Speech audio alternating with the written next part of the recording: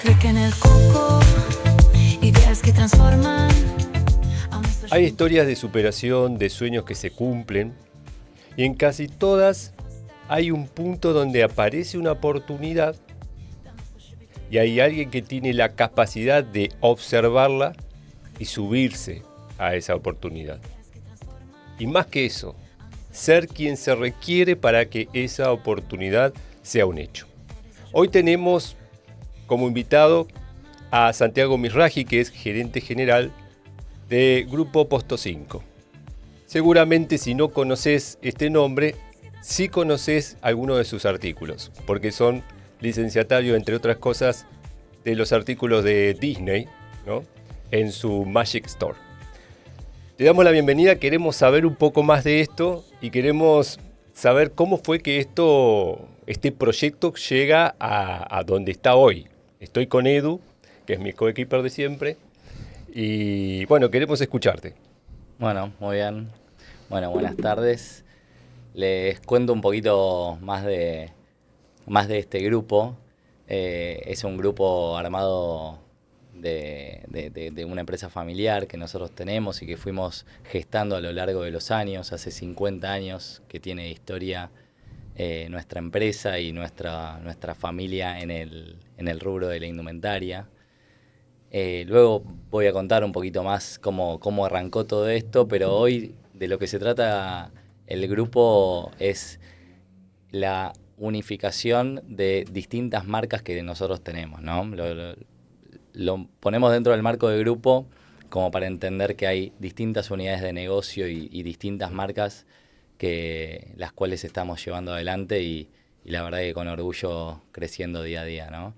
Entre otras marcas tenemos nuestra propia marca que es Posto 5, que fabricamos y comercializamos indumentaria masculina y de niños.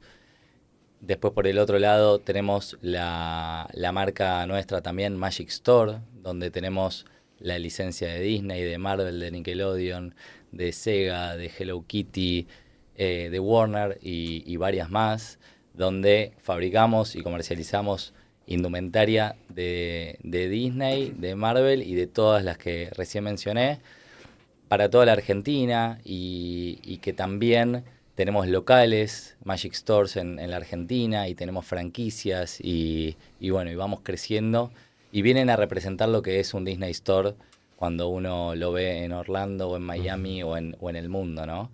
Es una propuesta súper atractiva y no solo tiene la indumentaria, por eso termina de ser como un Disney Store en la Argentina, porque además de tener la indumentaria, vendemos peluches, vendemos calzados, vendemos marroquinería, vendemos bazar, vendemos un poco de cada cosa y la verdad que eso termina siendo un show espectacular, ¿no? Además de esas dos unidades de negocio, esas dos marcas que manejamos, también manejamos la marca Stone. Tenemos la licencia oficial de Stone para toda la Argentina, entonces producimos y comercializamos toda la indumentaria de Stone en la Argentina nosotros. Tenemos también locales, tenemos franquicias y también terminamos teniendo dentro de nuestros locales los productos de indumentaria y también de calzados, de accesorios y de otros tipos de productos, ¿no? Y después también importamos y producimos de forma nacional para las distintas marcas. Hay supermercados que nos compran, hay marcas, primeras marcas de shopping que nos compran, sea algo importado, sea nacional, trabajamos muy codo a codo con las distintas marcas y los distintos supermercados y de esa manera les vamos produciendo indumentaria para sus distintas colecciones. O sea que ustedes producen, o sea, fabrican la indumentaria, la venden a distintos, en el caso de Posto, a distintos locales en el interior o donde sea, y después de lo que es en Magic y Stone tienen no solamente la licencia para fabricar, sino que en los locales propios la venden ustedes, ¿no? Tal cual. Es un poco así. Nuestro foco está puesto en la venta mayorista de todo lo que producimos, sea con cualquiera de las marcas que recién mencioné, y después también en la venta minorista en nuestros locales propios, donde le terminamos agregando distintos otros productos como para poder terminar de presentar una propuesta más integral, ¿no? Uh-huh. Ahora, todo lo que contás es un montón, ¿sí? Cuando haces la lista es un montón. Ahora, ¿Cuándo fue el momento donde vos, no sé si lo sabías tan claro, pero sentías que estaba la semilla de todo lo que es hoy el grupo, la empresa? Yo creo que no sé si hubo un momento, pero sí una historia de superación constante y una historia que nos llevaba a ver que el éxito estaba en nuestras manos. Nos llevaba a entender que con esfuerzo, que con trabajo, que planificando, que soñando, se podían lograr grandes cosas, ¿no? Y nunca encontré un momento puntual, pero sí encontré que año a año, mientras caminábamos, mientras dábamos nuestros pasos, la vida nos llevaba a algo superador día a día y a nuevos desafíos y a nuevas oportunidades que nos gusta aprovecharlas y nos gusta subir a esos barcos para explorar, para ver cómo nos sentimos. Y así fue, porque cada oportunidad que tuvimos de subirnos a algo grande que imaginábamos que podíamos hacerlo más grande aún, dijimos, ¿por qué no? Probemos. Y fuimos probando y así llegamos a donde llegamos, ¿no? Y vamos por más. Che, Santi, cabe aclarar que esto empezó de cero, ¿no? ¿Cómo fue cómo fue que empieza? ¿Cómo arranca todo? ¿Cómo arranca la historia ¿Cómo arranca? de todo este baile? Bueno, muy bien. Bueno, esto arranca hace 50 años. O tal vez más, ¿no? Porque uno viene de generaciones y generaciones, ¿no? Y vengo de una familia que tiene mucha historia, tanto en la Argentina como en el resto del mundo. Entonces, vamos a arrancar de bien atrás, ¿no?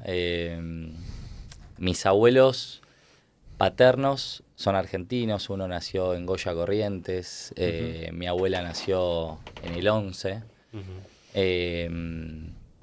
Pero vienen de familias de Turquía y de Siria, ¿no? Ajá. Dos de mis bisabuelos paternos eran de Esmirna. Los otros dos, era uno de Esmirna y el otro de Siria.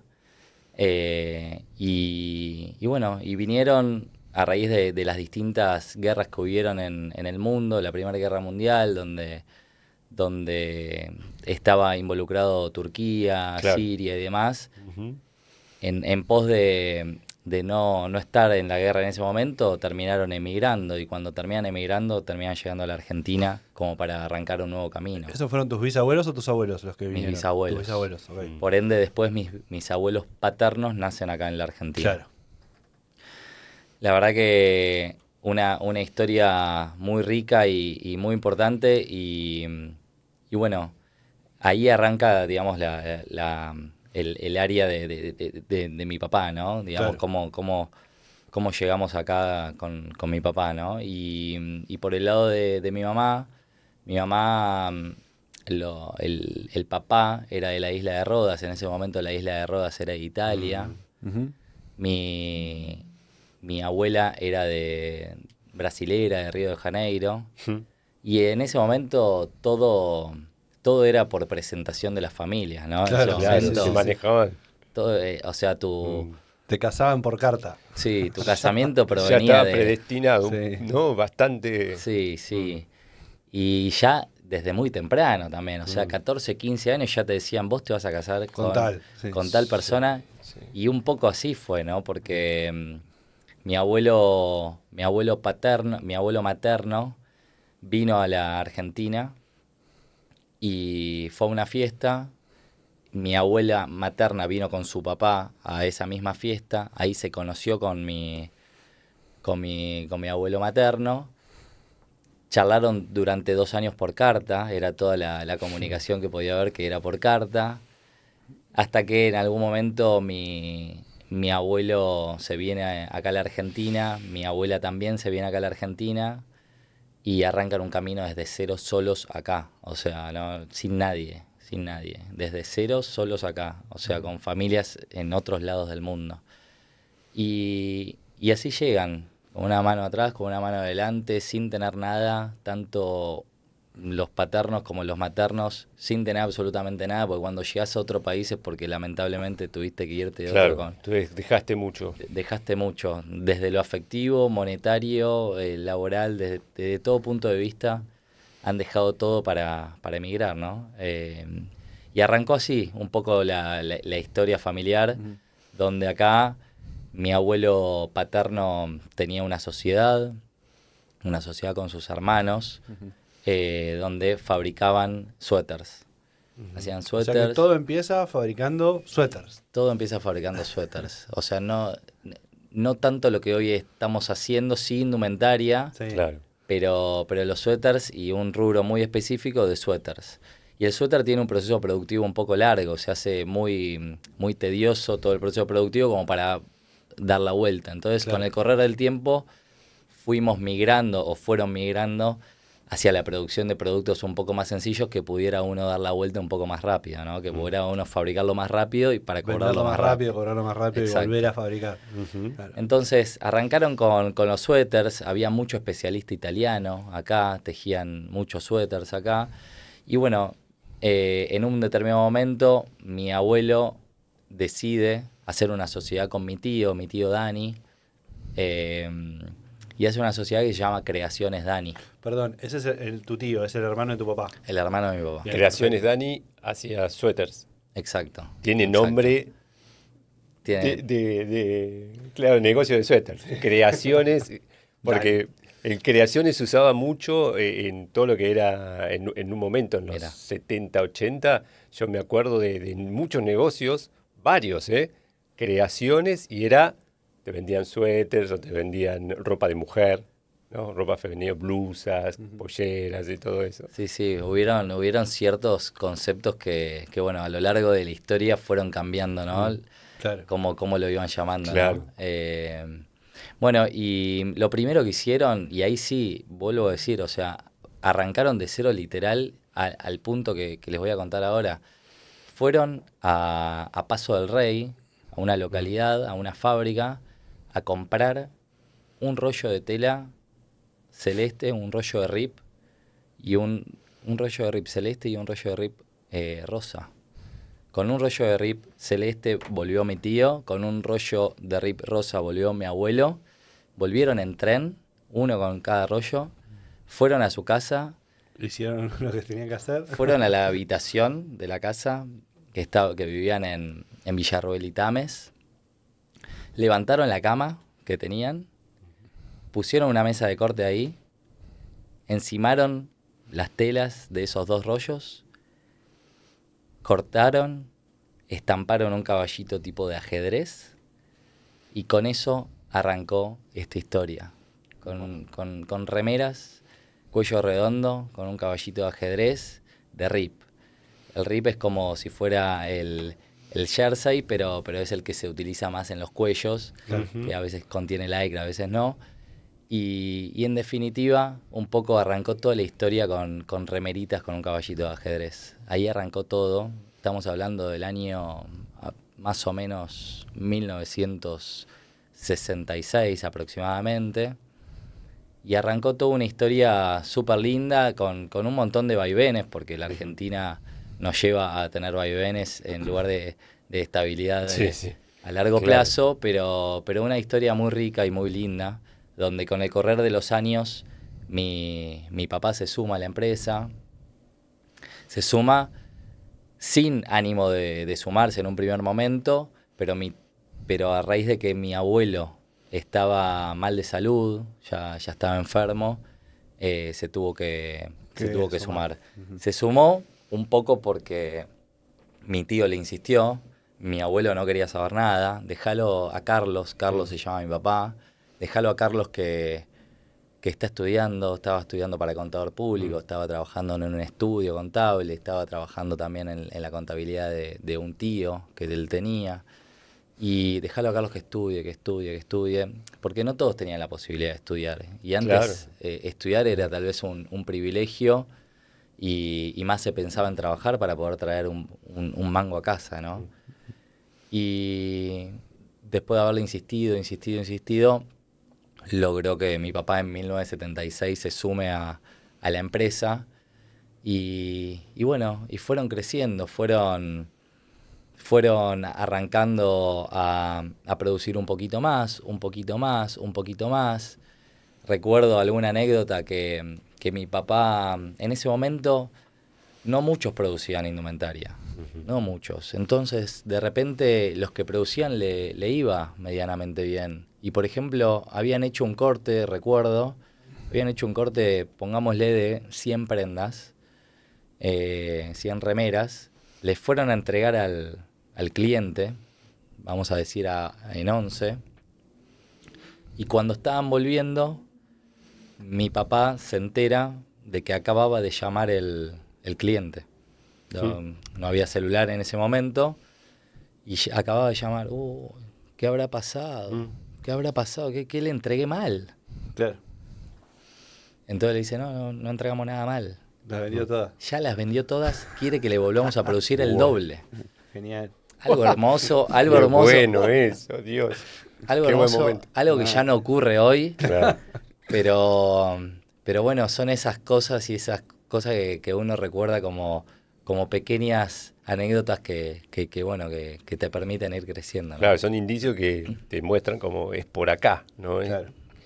Ahora, ¿cómo es que pasaron del caballito de ajedrez a Mickey Mouse, el Hombre Araña, los cartoons de Nickelodeon? ¿Cómo fue ese? No fue un salto seguramente, pero ¿cómo fue ese camino? Bueno, luego de ir creciendo paso a paso, parte de la clave de nuestro éxito yo creo que tiene que ver, por un lado, con el esfuerzo que le fuimos metiendo al trabajo, al día a día, a los sacrificios que uno fue haciendo, ¿no? Mi papá y mi tío fueron dos personas que creo que no descansaron nunca, que creo que vivieron para laburar y para sacarnos adelante.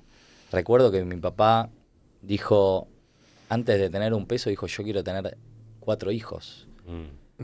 Después vemos cómo voy a conseguir esa plata, pero... Eso es interesante porque hoy en día, viste, que Es al revés. da vuelta la ecuación.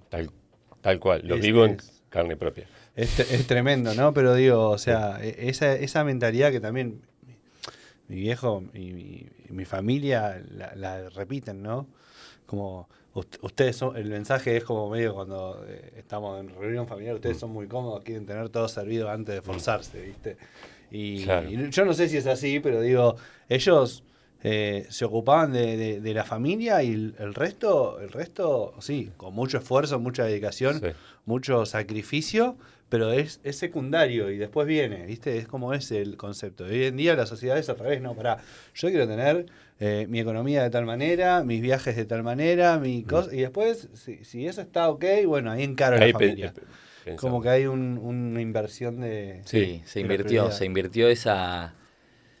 Tal vez los sueños nacen primero que las posibilidades físicas, ¿no? Es un poco lo que nos enseñó mi familia, mi papá, mi mamá a lo largo de la historia, ¿no? Primero lo soñaron y después lo lograron, ¿no? Y es un poco como nace todo lo que hoy en día podemos tener en nuestras manos. Y más o menos arrancaba, digamos, fue creciendo, ¿no? De esa habitación en Villarroel y Tames.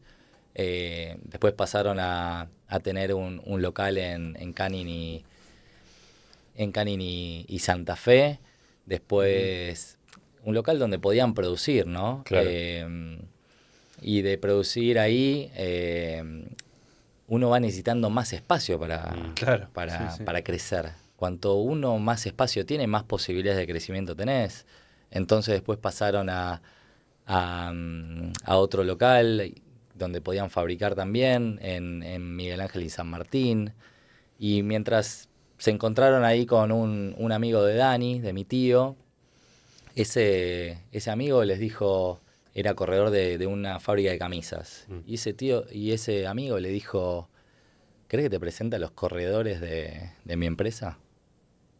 Sí, claro. Necesito vendedores que puedan vender nuestro producto. Y entonces ahí le presentaron a 20 vendedores que viajaban por todas las provincias, uno por cada provincia, Y de esa manera tuvieron una temporada de verano donde vendieron 100.000 prendas. Claro. Y fue nada que ver a lo que venían, a los volúmenes que antes venían manejando. Le cambió totalmente la ecuación. Vos sabés que creo que nosotros, como la generación que sigue, tenemos que aprender un poco de eso, ¿no? Porque a veces pienso que hoy en día como que queremos tener todo claro antes de empezar, ¿viste? Te dicen, bueno, armar el modelo de negocio. Armá, no sé, ¿cuáles son tus ventajas competitivas? Hacete el FODA de bla, bla, bla, bla. Y en base a eso armá un plan de negocios y después salí. Que está ok, no traigo el Sí, punto tiene como para su valor, criticar, claro. y tiene su valor, Claro. y ordena muchísimo y está bueno porque te apoya a gestionar los recursos de forma más eficiente. Ahora, desde lo actitudinal, fíjate que ellos arrancaron con suéter, ahora estaban vendiendo camisas y terminaron vendiendo Disney. ¿Y qué fue lo que los llevó a hacer eso? ¿El forecast, el diseño, la planificación? No.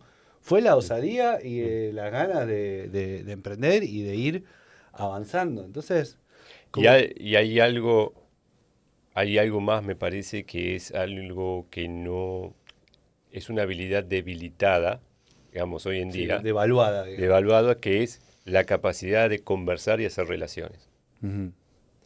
Yo en el caso de mi suegro logró todo lo que hacía porque se hace amigo de la gente. Entonces, ¿cómo que te compraste todo una serie de departamentos? ¿Cómo que te lo compraste sin firmar un papel? No, porque yo me hice amigo, le dije que le iba a pagar y se lo pagué. Total. Pero no se hace así la cosa. Bueno, lo hice Sí, de esta pero, manera. Pero tiene el departamento, Es tiene un- el departamento, sí. tiene el Claro, departamento, ahí es está. un poco lo que contaba, bueno, hablando con alguien, che, ¿querés que te presente a los corredores? Bueno, dale. Obvio. Esa capacidad de conversar, de generar relación y generar confianza, ¿no? En la relación. Ese punto, para mí, diste en la tecla para mí, en este rubro, en la Argentina, crearse un buen nombre es clave. Es clave. Es parte de la clave del éxito, o tal vez la mayor parte de la clave del éxito tiene que ver con tener un buen nombre, de hacerse, de que la gente te respete. Y te va a respetar por lo que le diste, por cómo lo trataste, por cómo le pagaste, por cómo lo aconsejaste, por cómo respondiste cuando la otra persona no estaba bien, por cómo lo apoyaste cuando estaba en una crisis tu cliente, igual vos le mandabas mercadería confiando en que algún día te le iba a pagar. Ujú. Entonces, parte de ese éxito que fuimos logrando a lo largo de los años es habernos generado un buen nombre. Y gracias a Dios, mi abuelo, mi tío, mi papá lo hicieron, nos lo inculcaron y así respondemos día a día, ¿no? Ujú. Che, Santi, llega un momento en la historia que se separan, ¿no?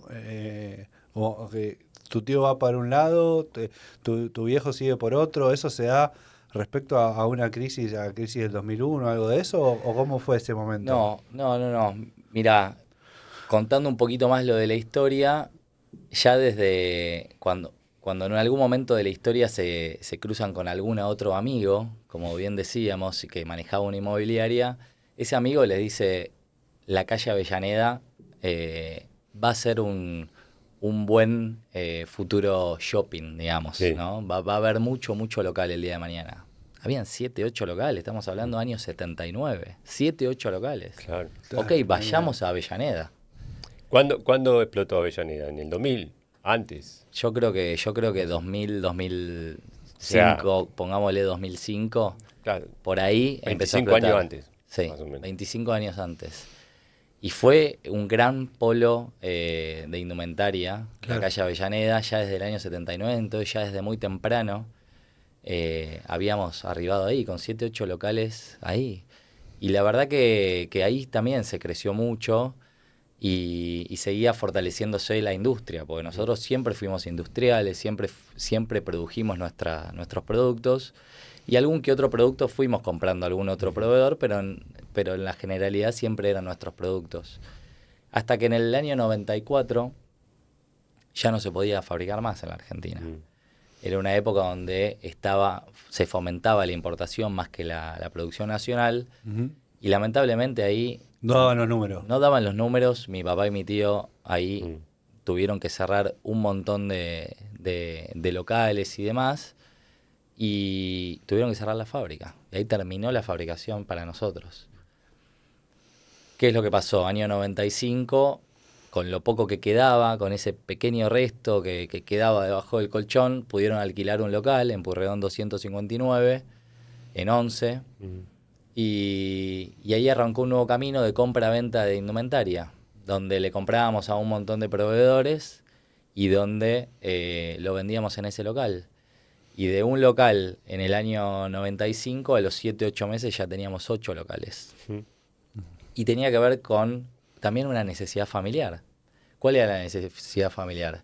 Que se sumó mis 2 primos, Javier y Hernán, se sumaron a la empresa y teníamos que alimentar, ya no era solo alimentar a 2 familias, sino que ya era alimentar a 4 familias.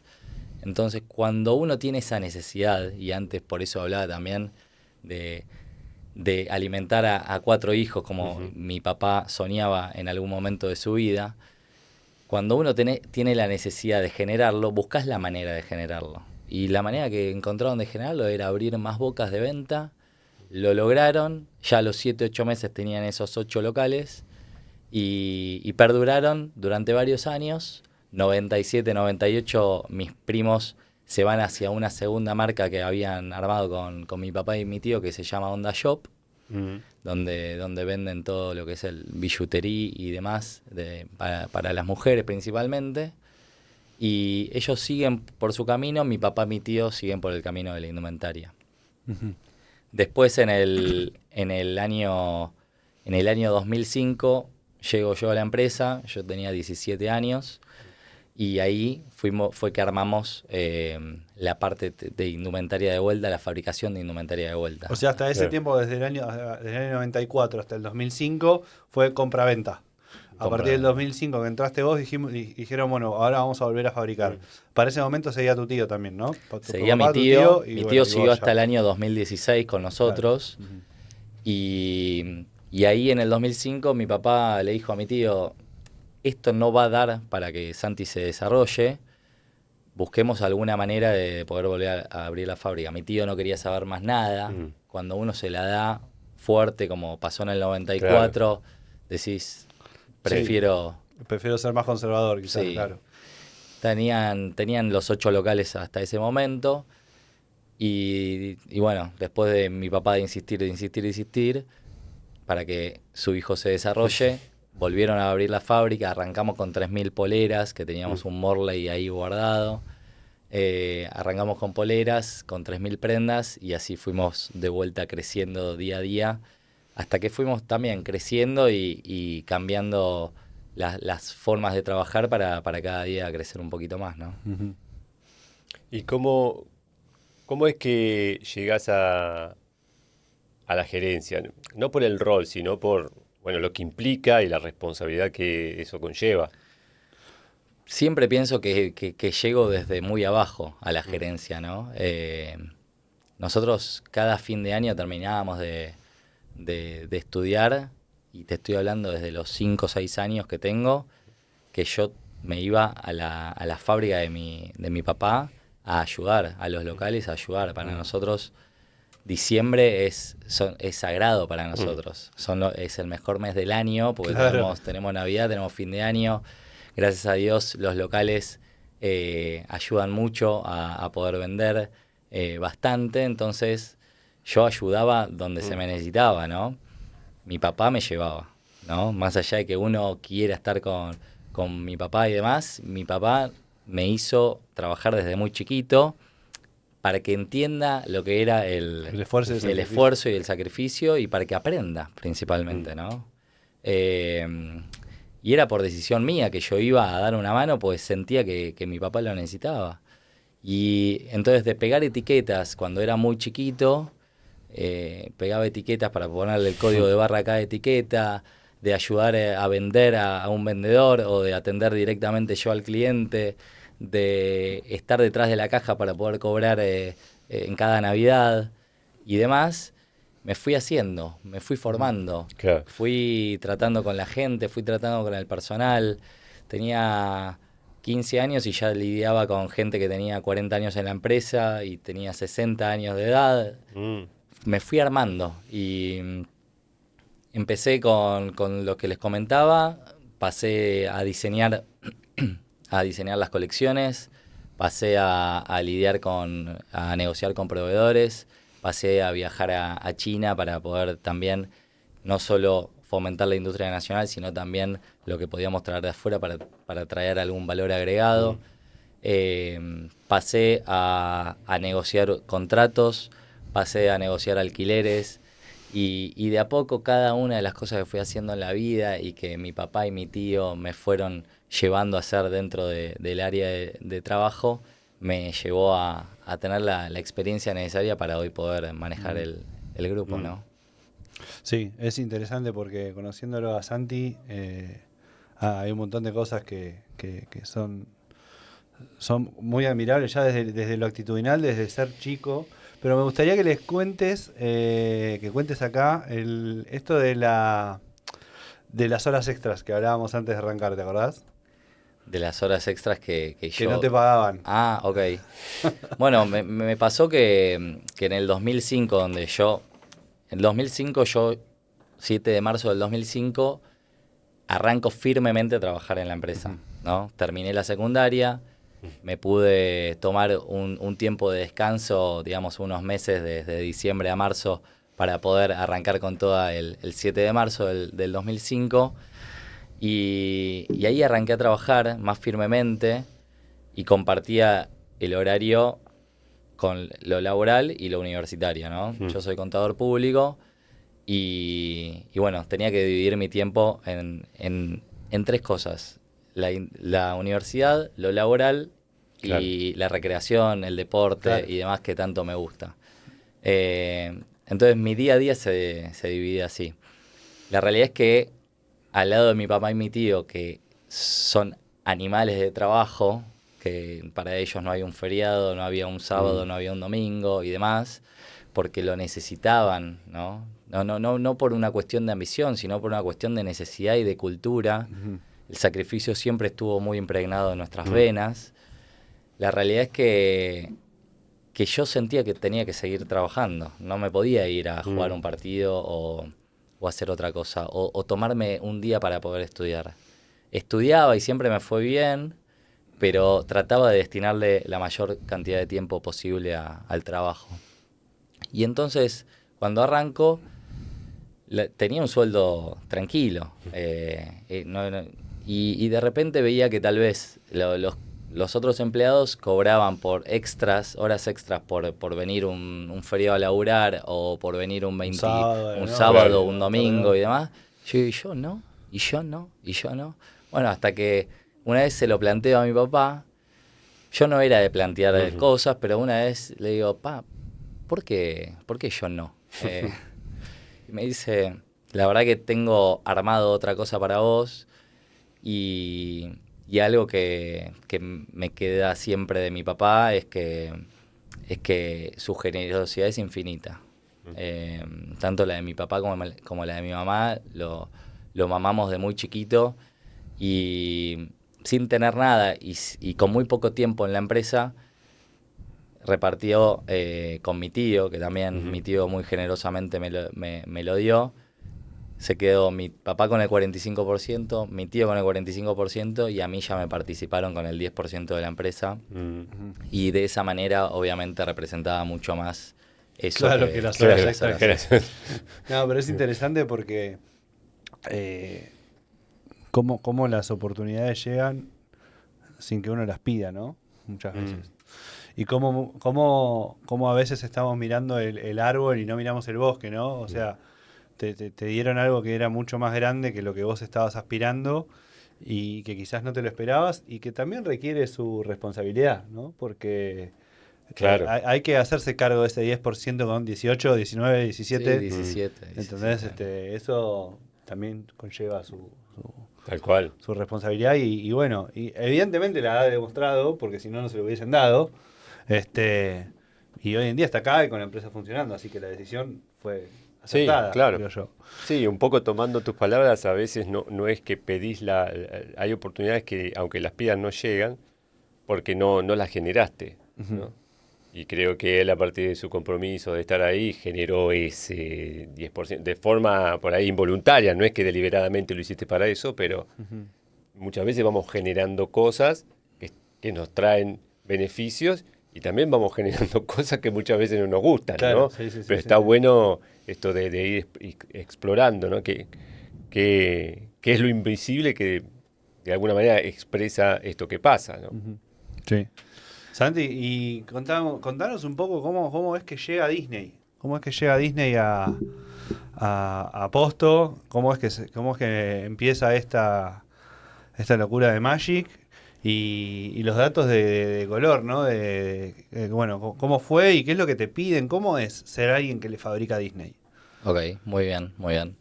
Eh, a ver, para terminar de contar un poquito de la línea de tiempo, porque viene todo esto relacionado, nosotros 2005 estábamos en una fábrica muy chiquita, en una fábrica que tal vez tenía en ese momento 200 metros cuadrados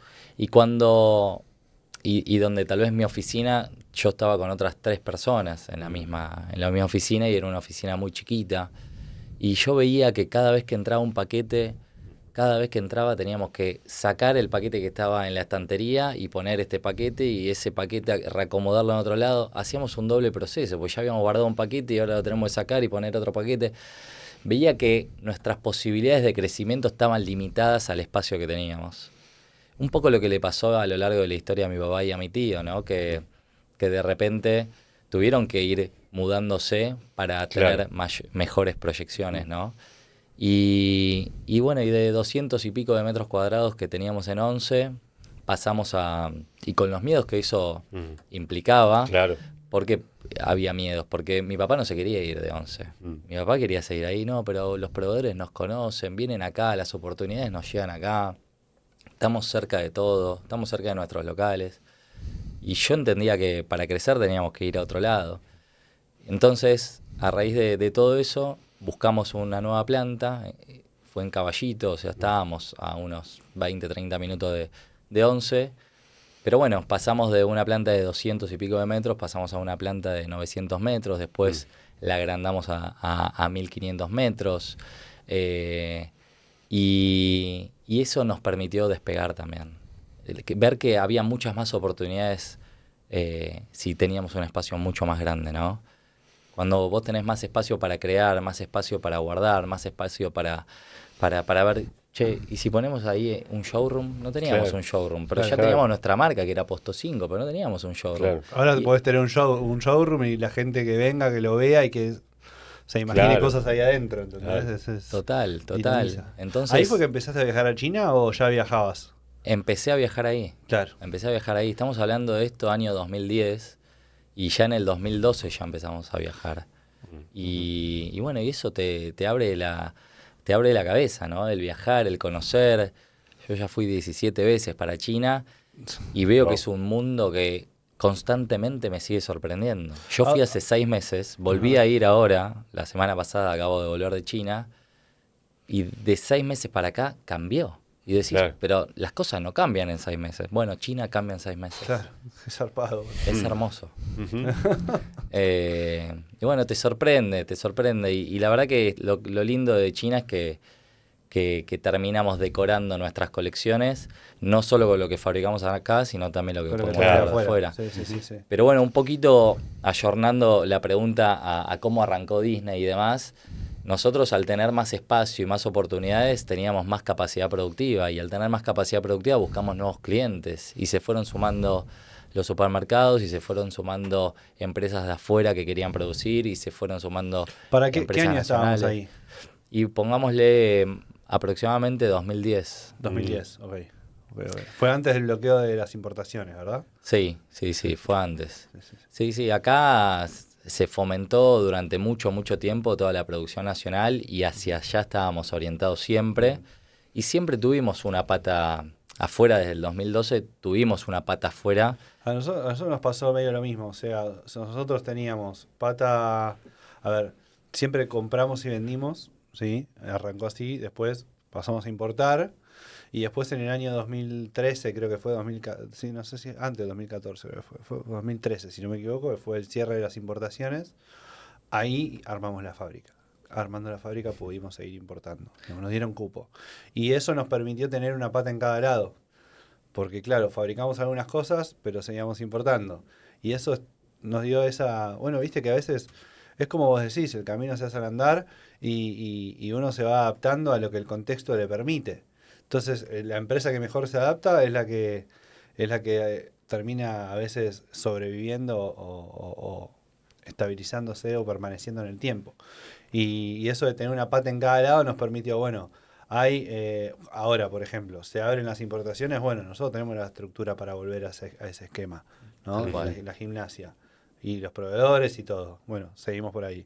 O cuando se cerró, tuvo el bloqueo de las importaciones, ok, tenemos la estructura que montamos para poder producir acá. Tal Y cual. ahí en eso vas pivoteando y la industria, mal que mal, más allá de todo lo que sucede y de que hoy en día se esté fomentando quizás mucho traer producto de afuera, la industria, mal que mal, termina siendo estable en algún aspecto, mucho más que otros rubros, ¿no? Entonces, en ese sentido, te permite un poco más de posibilidades. Sí, sí, sí, tal cual. La verdad que es lo bueno de cómo lo tenemos armado es eso, ¿no? De tener la posibilidad de poder distribuir los porcentajes de producción nacional y producción importada de acuerdo a cómo el contexto nos vaya ayudando, ¿no? Claro. Siempre fomentando lo que nosotros sabemos hacer, que es la industria acá, ¿no? Y que dentro de todo nos defendemos con el producto que logramos hacer de forma nacional, entonces por eso podemos perdurar en el tiempo, ¿no? Y con el correr del tiempo, como les mencionaba, fuimos incorporando clientes, supermercados, clientes multimarca, marcas de shopping. Fuimos incorporando un montón de clientes y cada uno tenía sus requerimientos y cada uno nos pedía determinadas cosas y nosotros nos íbamos adaptando. Y parte de esa flexibilidad y de adaptabilidad que nosotros tenemos es para tratar de satisfacer al cliente. Y seguramente hay estándares de calidad que cada uno iba pidiendo distinto y bueno, y lo fuimos cumpliendo. Y uno de esos clientes fue Falabella. Falabella le veníamos produciendo con sus distintas licencias, indumentaria, y nos dijo, ustedes tienen una mano espectacular.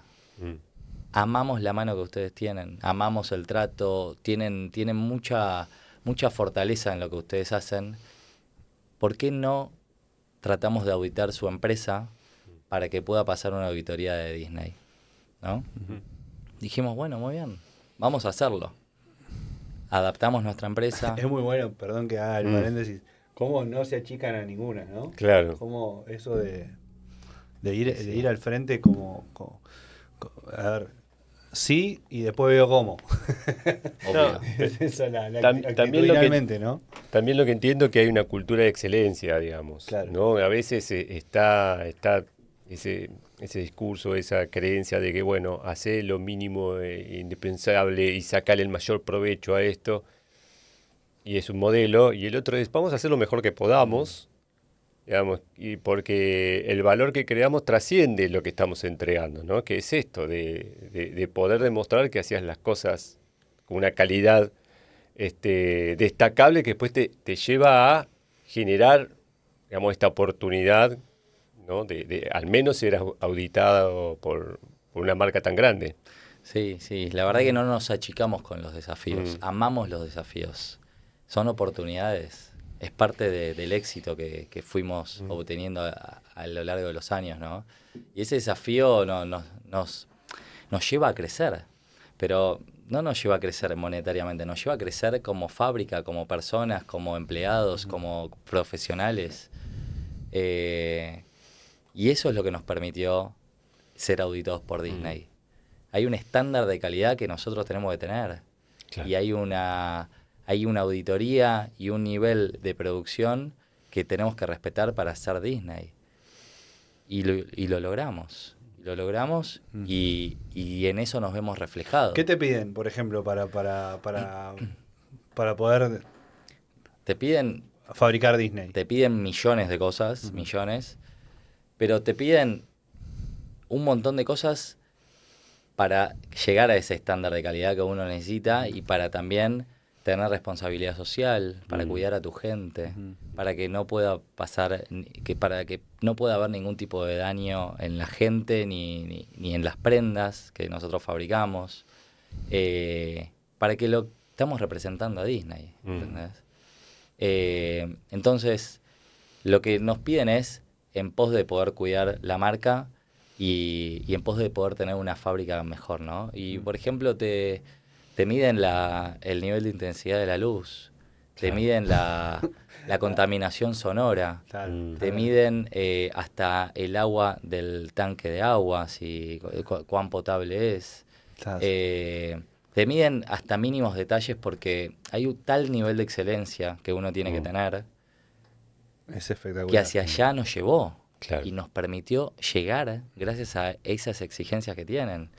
Y hoy no muchas fábricas en el mundo se dan el lujo de poder ser no solo fabricantes de Disney, sino licenciados, ¿no? Claro. Porque primero nuestra historia arrancó como fabricantes de Disney. ¿Para quién? Para Falabella. Claro. Pero con el correr del tiempo, desde Disney nos vinieron a buscar para ser licenciatarios. Claro.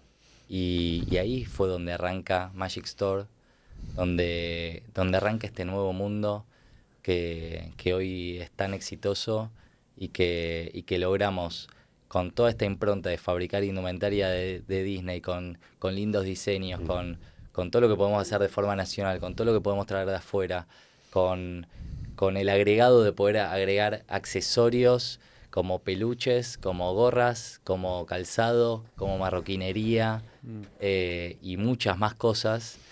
Terminamos de armar los Magic Store, que son como los Disney Store del mundo, y terminamos de traer la magia a la Argentina, ¿no? Qué bueno. Qué loco. Che, Santi, y en este camino vos contás que también trabajás con tus hermanas, ¿no? Ya son 4, ¿no? ¿Ustedes? Somos 4. Son 4. Bueno, ¿cómo es eso de trabajar con la familia? ¿Y qué se requirió de vos para tomar la posta y llevar esta bandera, ¿no? Porque, bueno, cuando eras más pibe, laburabas con tu papá y con tu tío. Después, en algún momento tuviste que agarrar vos las riendas de esto, y entiendo que la agarraste cuando esto explotó.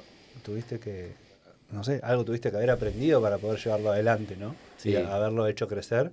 Y después, ¿cómo fue la incorporación de tus hermanas y cómo fue eso de laburar con las hermanas, ¿no? La verdad que tenemos una familia muy linda. Y está por sobre todo la familia versus la plata, versus la empresa, versus otras cosas. Ninguno de nosotros es ambicioso por la plata ni vamos a tener una mínima discusión por la plata. Entonces, que seamos así ayuda a la convivencia y a poder disfrutar el trabajar juntos, ¿no? Además de trabajar con mis 3 hermanas, también está mi cuñado, Javi, y está también mi mamá, que también nos da una mano, y está mi papá, que si bien en el 2020 deja la fábrica, tuvo un problema de salud, tuvo un infarto, y desde ese momento nunca más volvió a pisar la fábrica. Está atrás nuestro también y nos apoya en cada proyecto y nos trae ideas y nos ayuda con su experiencia. Entonces, no solo estamos nosotros 4, los 4 Claro. hermanos, sino también tenemos mucho apoyo familiar y la verdad que entre toda la familia nos apoyamos mucho. Y fuimos creciendo. Antes mencionaba que arranqué desde pegar etiquetas hasta lidiar como abogado, como contador, como psicólogo, con cada uno de las personas que fuimos lidiando a lo largo de estos años, y fue lo que me permitió ir formándome para poder estar donde hoy estamos, ¿no? La verdad que trabajar con mis hermanas es un lujo. Somos todos profesionales, nos inculcaron desde muy chiquitos a estudiar, a aprender, a profesionalizarnos, a superarnos, a formarnos para poder ser capaces a la hora de dirigir una empresa. Y bueno, esto es parte de esos frutos, ¿no? Cada uno está en un área distinta. Yo tal vez estoy en el área de producción, también toco un poco de producto, también toco un poco de administración, también toco un poco de comercial, entonces estoy un poco en lo macro. Mis hermanas están un poco en lo macro, pero tal vez más profundamente en la administración, una de ellas, que es Ana. Después Flor está en el área de producto principalmente y Luli está en el área comercial. Claro. Estamos como divididos y ese formato es bastante distinto a como era el formato antes. Antes mi papá y mi tío hacían todo. Todo. Claro. Desde encimar, desde vender, desde cobrar, desde llevar el paquete al cliente. Y fue un poco disruptivo hacer esto, ¿no? De decir, ¿sabes qué? A mí me gustaría departamentalizar un poco. Cada uno se aboque a distintas áreas y ese abocarse a distintas áreas, a mi entender, nos lleva a ser más productivo en esas distintas áreas. Porque yo sé que mi hermana Luli es muy fuerte comercialmente y sé que le va a ir muy bien ahí. Y ahora, si todos estamos ahí y también allá, las Sí, sí, energías sí. se van disipando, ¿no? De hecho es, digamos, lo que vos estás contando, tu experiencia de gestionar, liderar y dirigir una empresa familiar, donde trabajás con toda tu familia. Lo que yo escucho al menos es algo que no se da, no es tan frecuente, digamos, en las empresas familiares. Esta armonía, esta coordinación de acciones, de conversaciones, de responsabilidades, ¿no? Por eso te iba a preguntar, para quien está mirando, que por ahí está comenzando con su emprendimiento, o por ahí está en una empresa familiar, pero bueno, hay cosas que todavía no funcionan. ¿Cuál es el mindset como para lograr ese nivel de armonía, como te decía, de coordinación, de distribución de responsabilidades? ¿Cómo lo manejaste o cómo lo iniciaste? Porque hubo un cambio paradigmático ahí. Yo creo que el secreto de esto fue lo que fuimos mamando de chiquitos, que es el sacrificio. Cuando yo veo que mis hermanas, siendo una madre de 4, otra madre de 3, otra madre de 2, laburan a la par que trabajo yo y terminan el trabajo e igual siguen pensando en cómo poder progresar, traen nuevas ideas, les sigue importando el trabajo a pesar de haberse ido a su casa a ocuparse luego de su familia. Yo cuando veo eso digo, tenemos un nivel de sacrificio similar, entonces todos estamos alineados en eso. Entiendo que todos trabajamos, todos nos esforzamos y estamos en un nivel muy similar de sacrificios, ¿no? Y cuando uno ve esa igualdad, se genera esa armonía. Qué bueno. Está bueno porque además, un poco como para ir aterrizando el capítulo de hoy, vos escuché que repetiste varias veces la palabra sacrificio. Sin embargo, mi experiencia, lo que yo te conozco hoy, pero yo te veo saludable, te veo tranquilo, en paz, con templanza, digamos. No te veo estresado, todo roto, ¿no? Entonces, por un lado, desde, digamos, una mirada quizás superficial, sí, sacrificio, no sé cómo cuadra con esta experiencia y cómo vos vivís, ¿no? Entonces, me gustaría como explorar, digamos, cómo es ese sacrificio para vos, ¿no? Eso que vos llamás sacrificio.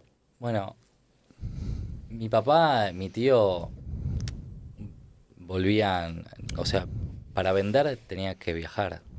Había que viajar al interior. Mi papá viajaba a la zona de Cuyo, mi tío viajaba a Santa Fe y Córdoba y se iban por 2 semanas y no nos veían. Y mi papá volvía a las 10, 11 de la noche y no nos veía, porque nosotros a las 9 de la noche estábamos durmiendo. Y los sábados laburaba toda la vida. Y la realidad es que eso es parte de ese sacrificio, ¿no? Y una vez que uno lo mamó, lo adoptó. Y es un poco ese sacrificio que nosotros hoy en día hacemos y es el que también creo que nuestra gente, todas las personas que trabajan con nosotros, codo a codo, sea que estén en el área de administración, sea que estén en el área de depósito, sea que estén en el área de corte, los fue adoptando. ese sacrificio. Lo ven. Cuando uno ve que su jefe trabaja y se queda trabajando después de hora, ven el sacrificio de su jefe para tratar de sostener cuando hay una marea alta o cuando las cosas no salen como uno espera o cuando hay un contexto desfavorable para poder continuar con una empresa, ven que hay alguien que se está rompiendo el lomo, porque no solo estamos hablando de 4 familias, estamos hablando de un montón de familias que trabajan con nosotros. ¿Cuánta gente hay, Santi, hoy en día? Hoy en día debemos marca. tener aproximadamente 60 personas que trabajan con nosotros. Es un montón. Es un montonazo. ¿Qué te parece? Son 60, Son 60 familias, o sea, que dependen del laburo de... 60 familias y ni que hablar los proveedores y ni que hablar... Claro. Sí, ni hablar. Sí, Estamos sí. hablando... La red, digamos. Hay una red impresionante con las cuales trabajamos codo a codo, que todos nos vamos nutriendo de trabajar juntos y bueno, y viendo cómo sortear los distintos obstáculos para seguir para adelante, ¿no? Qué bueno, qué interesante, ¿eh? Sí, sí. Es interesante escuchar la palabra sacrificio dentro de un contexto virtuoso. Porque a veces pasa, viste, que nosotros que trabajamos con el lenguaje, a veces se genera como una especie de discurso del discurso, donde lleva a que ciertas palabras están mal vistas, ¿no? Y bueno, las palabras son palabras. El tema es qué representa para cada uno, cómo vive. Por eso te preguntaba cómo lo vives vos. Sí, y también conforme va pasando el tiempo, también uno va transformando ese sacrificio, ¿no? Ajá. Lo vamos transformando porque hoy ya no existe tal vez los métodos que antes se utilizaban, ¿no? Uno trata de ir perfeccionando aquellos métodos que uno fue viendo, adoptando y demás, porque hoy uno tiene que tratar de también encontrar el equilibrio, como antes vos me preguntabas, digo, ¿cómo haces para estar tranquilo? Se te ve una persona tranquila y seguramente tenés un montón de bolonquis en el celular y en los locales y demás. Y seguramente que sí, pero tratamos de ir, conforme fue pasando el tiempo, tratamos de ir profesionalizando la empresa. Claro. Tratamos de ir encontrando manos derecha, mano izquierda, pie y demás, cabezas también, que nos permitan a nosotros también relajar la mente y también ocuparnos de aquello que consideramos también importante, ¿no? Que es tratar de delegar un poco las responsabilidades en gente que nosotros consideramos capaces para también poder nosotros vivir, para también poder disfrutar lo que tenemos y lo que cosechamos después de tanto esfuerzo, ¿no? Che, Santi, mira, te hago una pregunta más, ya para ir también terminando, ¿no? Sí, ya estamos. Porque uno a veces ve ejemplos como el tuyo de gente que tiene empresa, gente que, bueno, que viene de trayectorias, y está como la falsa imagen del líder de empresa tranquilo, ¿no? ¿Sí? Tranquilo, bueno, ya está hecho. Ahora, ¿cuáles son los desafíos a los que hoy te enfrentás, ¿no? Con un país cambiante, ¿sí? Que cambia su paradigma respecto a la adquisición de productos, o al contexto de industria protegida versus apertura. Mismo también los desafíos que puedan venir respecto a lo que quieran hacer con la empresa, como para demostrar o para traer a la mesa que, bueno, que en estos casos, en ejemplos como el tuyo, digamos, hay un norte que está lleno de cosas por hacer, lleno de, si se quiere, preocupaciones o no preocupaciones, pero cosas de las cuales ocuparte, y no estás mirando la tele tranquilo en tu casa con tus nenas. Estás ocupándote de un montón de desafíos nuevos que se vienen. A medida que avanza la empresa, que la empresa crece, también los desafíos son más grandes. Sí, sí, sí. Como dijimos antes, nos gustan los desafíos y el contexto siempre es desafiante en la Argentina. Es algo que te lleva a crecer y muchas veces se dice que un argentino en cualquier lugar del mundo podría hacerse muy rico porque sabe porque sabe mucho al haber lidiado con un montón de cosas acá en la Argentina, ¿no? Y nosotros tenemos desafíos constantes y hacia allá vamos. Hoy el desafío es entender que hay un contexto donde se se tratan de estabilizar un poco las reglas de juego, donde se trata de fomentar no solo se trata de fomentar más que nada la importación por sobre la industria nacional, y es un desafío para nosotros. Y es un desafío para nosotros ser competitivos a la hora de fabricar algo nacionalmente, y es un desafío para nosotros para entender qué es lo que tenemos que tratar de traer del exterior. Uh-huh. Y es un desafío la menor demanda que hoy hay en el mercado. Y constantemente uno tiene que pensar en alternativas para superarse, para poder sostener esta estructura. Y nosotros estamos embalados en este momento en crear una nueva planta productiva. Y decís, pero ¿es el momento de crear una planta productiva? Y a veces los mayores aciertos se dan en los momentos de donde son menos las oportunidades que pueden existir futuras. Y es un desafío, y es algo disruptivo, y es algo que venimos a hacer porque entendemos que tenemos posibilidades de producir más de forma nacional, porque entendemos que parte de nuestro crecimiento va atado a tener más metros para poder producir más metros para poder hacer showrooms más grandes, más metros para poder tener una empresa con una envergadura mayor. Uh-huh. Y a lo largo de los años, de estar en una piecita de 2x2 a ir creciendo década tras década a lugares un poco más grandes, creo que es lo que nos permitió llegar acá. Entonces, ¿por qué no ir por más? Uh-huh. Claro, tal cual. Qué bueno. Qué bueno. Sí. Bueno, Santiago, realmente un placer escuchar tu historia, la historia de tu familia, de la empresa, los cambios. Hay algo que me hace mucho sentido en lo que decías recién, ¿no? El profesionalizar la empresa, no solo como forma de mejorar el producto, sino de vivir mejor, ¿no? Sí. Es que tampoco lo había relacionado, sí, ¿no? El profesionalizar la empresa como un mecanismo también para tener mayor bienestar. Eso es sumamente interesante, porque muchas veces cuando hablamos de profesionalizar la empresa, que esto es un poco la batalla entre comillas, ¿no? Lo que nosotros queremos traer a las empresas. Que cuando hablamos de profesionalizar la empresa, ¿qué es lo que hace la empresa? La empresa te dice, ok, listo, perfecto.